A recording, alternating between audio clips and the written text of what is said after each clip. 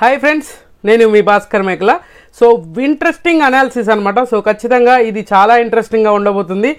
And ఈసారి బయట జరుగుతున్న సిచ్యువేషన్స్ అండ్ బిగ్ బాస్లో జరుగుతున్న సిచ్యువేషన్స్ ఇవన్నీ కొంతవరకు క్యాలిక్యులేషన్ చేద్దాం. అండ్ ఈసారి విన్నర్లో టెస్ట్ ఉండబోతుందంటే ఉండే ఛాన్సెస్ హైలీగా కనిపిస్తుంది. అండ్ బిగ్ బాస్ పెద్ద ప్లానింగే చేస్తున్నాడంటే అలాగే అనిపిస్తుంది. నాకు ఎందుకో సీజన్ 6 అనేది రిపీట్ అవ్వబోతుంది అన్నట్టుగా అనిపించింది. సో అందుకనే ఈ అనాలిసిస్ అయితే చేస్తున్నాను. సో ఖచ్చితంగా మీలో ఎవరైనా మన ఛానల్ ఫస్ట్ టైం చూసినట్లయితే సబ్స్క్రైబ్ చేసుకోండి, ఒక లైక్ చేసుకొని వీడియో ఎండ్ వరకు చూసే ప్రయత్నం అయితే ఖచ్చితంగా చేయండి. సో వెరీ ఇంట్రెస్టింగ్ ఉంటుంది అండ్ షార్ట్ అండ్ స్వీట్ అనమాట. సో ఇప్పుడు మాట్లాడుకోవాల్సింది విన్నర్, బిగ్ బాస్ విన్నర్ ఎవరు అనేది పెద్ద హాట్ టాపిక్ కదా. సో హాట్ టాపిక్ ఏంటి, బయట ఓటింగ్ సిచ్యువేషన్స్ ఇవన్నీ చూసుకుంటే ఆఫ్లైన్ ఓటింగ్లో చూసుకుంటే మాత్రం గౌతమ్ టాప్లో ఉన్నాడు సిచ్యువేషన్స్ అనేది అయితే క్లియర్గా అర్థమైపోతుంది. అండ్ బజ్ క్రియేట్ అయింది, అఫీషియల్ ఓటింగ్లో టాప్ పొజిషన్లో ఉంది నిఖిల్ అనేది. ఇదొక పెద్ద సిచ్యువేషను అనేది బయటికి వచ్చేసింది. సో ఆఫ్లైన్ అండ్ ఆన్లైన్ ఈ ఇద్దరు డిఫరెన్సెస్ ఎట్లా అయిపోయినాయి అంటే, సో ఆఫ్లైన్లో కంప్లీట్గా లీడ్ చేస్తుంది అనేది వెబ్సైట్లలో కంప్లీట్గా లీడ్ చేస్తుంది ఎవరు, గౌతమ్ కృష్ణ.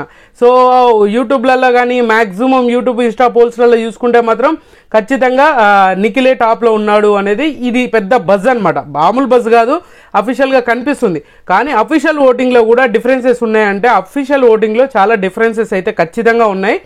అండ్ నిజంగానే విన్నర్ని అటు ఇటు తారుమారు అయిపోతుంది అంటే ఖచ్చితంగా అవుతుంది. ఎందుకు అనంటే, సో ఇది దాన్ని ఎగ్జాంపుల్గా చెప్తాను నేను. అండ్ సీజన్ 6 గురించి మాట్లాడుకుందాం. సీజన్ 6లో స్టార్టింగ్ నుంచి మొత్తం బజ్ ఎవరి పేరు మీద ఉంది, ఎవరికి ఎక్కువ విన్నింగ్ ఛాన్సెస్ ఉంది అని ఎవరిని అనుకున్నారు. సో క్లియర్గా గుర్తుపెట్టుకోండి. అండ్ బజ్ ఎక్కువ క్రియేట్ అయింది ఎవరు అని అంటే, సో మన రేవంత్, సింగర్ రేవంత్ విన్నర్ కదా, సీజన్ 6 విన్నరు. సో అది డిజాస్టర్ సీజన్ అనమాట. సో మామూలు డిజాస్టర్ కాదు, అది ఎవరు ఒప్పుకోకపోయినా అది కంపల్సరీ డిజాస్టర్ సీజన్. ఇన్ని బిగ్ బాస్ సీజన్లో అది వరస్ట్ అంటే ఫ్లాప్ సీజన్ అంటే అదే అనమాట. సో ఆ కంటెస్టెంట్స్ కూడా ఒప్పుకుంటారు నాకు తెలిసినంత వరకు. ఎందుకంటే అక్కడ బజ్ మొత్తం అంత బయట వార్ వన్ సైడ్ లాగా కంప్లీట్గా విన్నర్ ఎవరు అని అంటే రేవంత్. ఇదే మాట రిపీటెడ్ ఖచ్చితంగా రేవంతే విన్నర్ అని రచ్చలేపారు. సో గుర్తుంది కదా. సో తీరా ఏమైపోయిందంటే, బిగ్ బాస్ ఏదైతే ఈ లాస్ట్ వరకు ఎండింగ్లో సిచ్యువేషన్ డ్రామా క్రియేట్ చేస్తాడో, సో సూట్ కేసులు అని చెప్పేసి ఆ తర్వాత ఈ రచ్చని ఆ రచ్చని ఎలా క్రియేట్ చేస్తాడో బిగ్ బాస్ మళ్ళీ అదే ప్లాన్ చేస్తాడు ఖచ్చితంగా. అదేదో జరిగిందేదో ఇప్పుడు కూడా అదే జరుగుతుంది. ఆ సూట్ కేసుల గురించే లొల్లంతా నడుస్తుంది. అక్కడే ఒక స్టెప్ అటు ఇటు అవుతుందా అంటే ఖచ్చితంగా అవుతుంది. కానీ ఇక్కడ ఈ సూట్ కేసులు ఇవన్నీ కామన్గా ఉంది, కామన్ ఫ్యాక్టర్. కానీ సీజన్ 6లో జరిగిన బిగ్గెస్ట్ అది ఏంటంటే ట్విస్ట్ ఏంటి అని అంటే, విన్నర్ ఎవరు, రేవంత్. కానీ అఫీషియల్ ఓటింగ్ వచ్చేసరికి మాత్రం శ్రీహాన్ విన్నర్ అని చెప్పేసి నాగార్జున గారు స్టేజ్ మీద అనౌన్స్ చేశారు. సో ఒకవేళ నువ్వు సూట్ కేసు తీసుకోకపోయి ఉంటే ఖచ్చితంగా ఈ డబ్బులు మొత్తం 50 lakhs మొత్తం నీకే వచ్చేది అని చెప్పేసి క్లియర్గా మెన్షన్ చేశాడు. సో సీజన్ ఎప్పుడైతే విన్నర్ను అనౌన్స్ చేసినాక సో ఈజీగా విన్నర్ అంట. ఈయన 40 lakhs సూట్ కేసు తీసుకున్నాక ఖచ్చితంగా ఇంకా ఆడ ఏముంటుంది ముచ్చట, ఏమీ లేదు. సో సీజన్ 6లో సేమ్ ఇదే ప్యాటర్న్ అయింది. ఎందుకనంటే బయట బజ్ మొత్తం కంప్లీట్గా ఇప్పుడు వాళ్ళ ఫ్యామిలీ వచ్చినప్పుడు కూడా క్లియర్గా వాళ్ళకి అర్థమయ్యే విధంగా హింట్స్ ఇవ్వడం అయితే జరిగింది. సో రేవంత్ విన్నరు, సో అది క్లియర్, నువ్వు అర్థం చేసుకో అని చెప్పేసి కూడా ఆ హింట్స్ అనేది ఆల్మోస్ట్ అందరికి అదే ఇచ్చారు.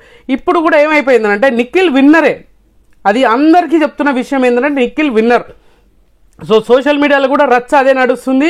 సోషల్ మీడియాలో కూడా కంప్లీట్గా నిఖిలే విన్నరు, గౌతమ్ రన్నరు అని చెప్పేసి కంప్లీట్గా నడుస్తుంది, మానియా నడుస్తుంది. అరే మరి మిగతా సీజన్స్ కూడా అట్లనే అయినాయి కదా అని చెప్పేసి మీకు అనుకోని ఉండొచ్చు. మిగతా సీజన్స్కి ఎలా అయిపోయిందంటే, మిగతా సీజన్స్ పోతే హిట్ లేదంటే ఫ్లాప్. ఇది ఎట్లా అంటే, అరే నెక్స్ట్ ఎపిసోడ్ బాగుంటుంది, ఆ నెక్స్ట్ ఎపిసోడ్ బాగుంటుంది, అలా సీజన్ 6కి ఆల్మోస్ట్ దగ్గరగా వస్తుంది. ఈ వైల్డ్ కార్డ్స్ వచ్చేంత వరకు ఒకలాగా మారిపోయింది. వైల్డ్ కార్డ్స్ వచ్చినాక కూడా ఒక ఎపిసోడ్ బాగుందంటే ఇంకో ఎపిసోడ్ సత్యానాశ అనమాట.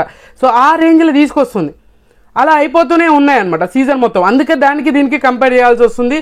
అండ్ దాంట్లో ఉన్న తెలివితేటలే దీంట్లో కూడా ఉన్నాయి. ఆటలలో కానీ, గేమ్స్లలో కానీ, గ్రూప్లలో కానీ, వీళ్ళకి వాళ్ళు సపోర్ట్ చేసుకునే దాంట్లో కానీ ఆల్మోస్ట్ దగ్గరగా ఉన్నాయన్నమాట.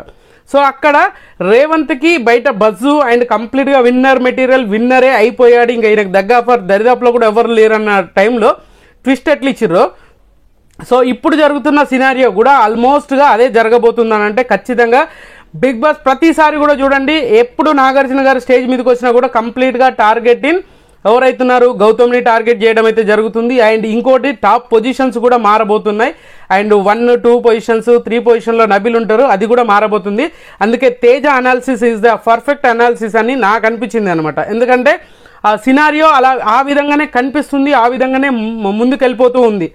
సో సీజన్ సి ఆ సీజన్ ఈ సీజన్ బిగ్ బాస్ ఏంటంటే బయట బజ్ని మొత్తం తారుమారు చేస్తాడు అని అంటే ఆ ఛాన్సెస్ ఉంది. ఎందుకనంటే కన్నడ తెలుగు అనేది పెద్ద ఇష్యూ లాగా మారిపోయింది. ఇదేదో నేషనల్ ఇష్యూ లాగా తయారు చేశారు బిగ్ బాస్ ఇష్యూని. సో ఆ విధంగా బయట కొట్టుకొని చచ్చిపోతున్నారు. వాళ్ళు ఆ రివ్యూయర్ ఈ రివ్యూయర్, వీళ్ళు అని మొత్తం కొట్టుకొని చావాల్సి వస్తుంది. అలాంటి సిచ్యువేషన్ని మారుస్తారా అని అంటే ఆ ఛాన్సెస్ కూడా ఉంది. ఎందుకంటే ప్రతిసారి ఇప్పుడు నేను 2 వారాలు 3 వారాల నుంచి చూస్తున్నాము, ప్రతిసారి కంప్లీట్గా గౌతమ్ని టార్గెట్ చేయడం, గౌతమ్ని అనడం అనే దాని మీద బేస్ చేసుకొని ఆడియన్స్కి ఏ విధంగా ఇన్పుట్స్ ఇస్తున్నారు, ఆడియన్స్లో ఒక తెలియని సింపతి క్రియేట్ చేస్తున్నారా. సో ఇది నిఖిల్కి దెబ్బ పడే ఛాన్సెస్ కూడా ఉంది. ఇది చాలామందికి అర్థం కావట్లేదు. కానీ సో చాలామంది కూడా ఇప్పుడు ఇప్పుడు ఓటింగ్ అఫీషియల్ ఓటింగ్లో నిఖిల్ టాప్లో ఉన్నారని అంటారు, చాలామంది చెప్తున్నారు. కానీ ఆ ఓటింగ్ ఆర్డర్లో ఎవరో ఏ పొజిషన్లోనే నిఖిల్ టాప్లో ఉన్నాడు, తర్వాత గౌతమ్ ఉన్నాడు అని చెప్తున్నారు క్లియర్. కానీ తర్వాత ఆర్డర్స్ వచ్చేసరికి వాళ్ళ పేర్లు కూడా చెప్తలేరు.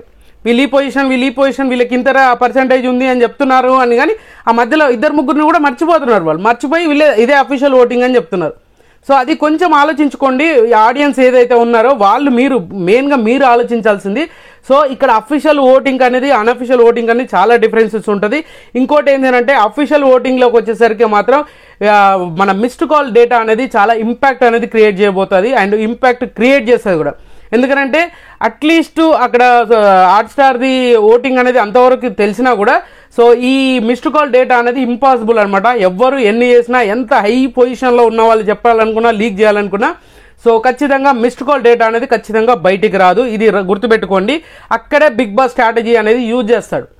సో అఫీషియల్ ఓటింగ్లలో కూడా ఆల్మోస్ట్ అప్ అండ్ డౌన్స్ ఉన్నా కూడా ఏదైతే మిస్డ్ కాల్ డేటా ఉంటుందో ఆ మిస్డ్ కాల్ డేటా తోటి బిగ్ బాస్ ఏది చేసినా కూడా కరెక్టే అనే సిచ్యువేషన్కి వస్తారు. ఎందుకంటే మేనేజ్మెంట్కి ఆల్మోస్ట్ ఒక పైన అప్పర్ పొజిషన్లో ఉండే వాళ్ళకి మాత్రమే తెలుస్తుంది.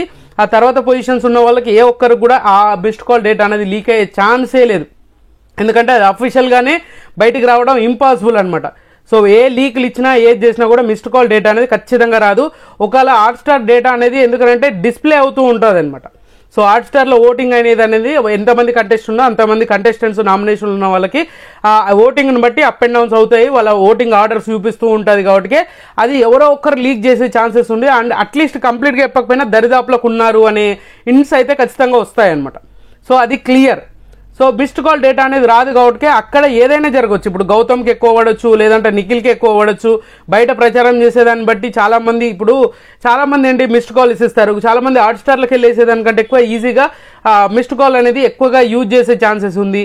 అండ్ ఎక్కువ మంది ఇంపాక్ట్ క్రియేట్ చేయాలి అని అంటే ఖచ్చితంగా ఈ ఆఫ్లైన్ ఓటింగ్లో అనేది చాలామంది పాల్గొన్నారు కాబట్టి సో ఇంపాక్ట్ చాలా ఎక్కువగా ఉంటుంది అనమాట.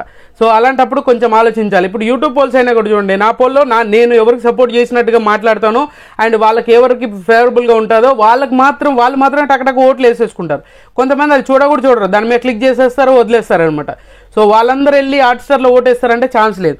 అందుకే చెప్తున్నాను, ఎవరికైనా విన్నింగ్ ఛాన్సెస్ అంతే రేంజ్లో ఉన్నాయి అనమాట. సో మ్యాక్సిమం ఎందుకు వీళ్ళిద్దరి మధ్యన ఉంటుంది, వీళ్ళిద్దరి మధ్యన ఎక్కువ బజ్ అనేది క్రియేట్ అయింది. ఆడియన్స్లో ఎక్కువగా రీచింగ్ అనేది ఎక్కువగా ఉంది కూడా వీళ్ళిద్దరి మధ్యనే. సో అక్కడ శ్రీహాన్కి జరిగిన సిచ్యువేషనే ఇక్కడ గౌతమ్కి జరిగింది అనుకోండి, పరిస్థితి వేరేలాగా ఉంటుంది. అందుకనే మీరు ఇక్కడ ఓట్లు వేసినా వేయకపోయినా మీరు ఖచ్చితంగా హాట్స్టార్లో కానీ మిస్డ్ కాల్ అనేది వెరీ ఇంపాక్ట్ చూపించబోతుంది ఈ సీజన్కి. ఎంత హైప్ క్రియేట్ చేసినా కూడా ఆ మిస్డ్ కాల్ డేటా అనేది ఏకదమ్ మారిపోతుంది. సో ఖచ్చితంగా మీకు నచ్చిన కంటెస్టెంట్ ఓటేసుకోండి.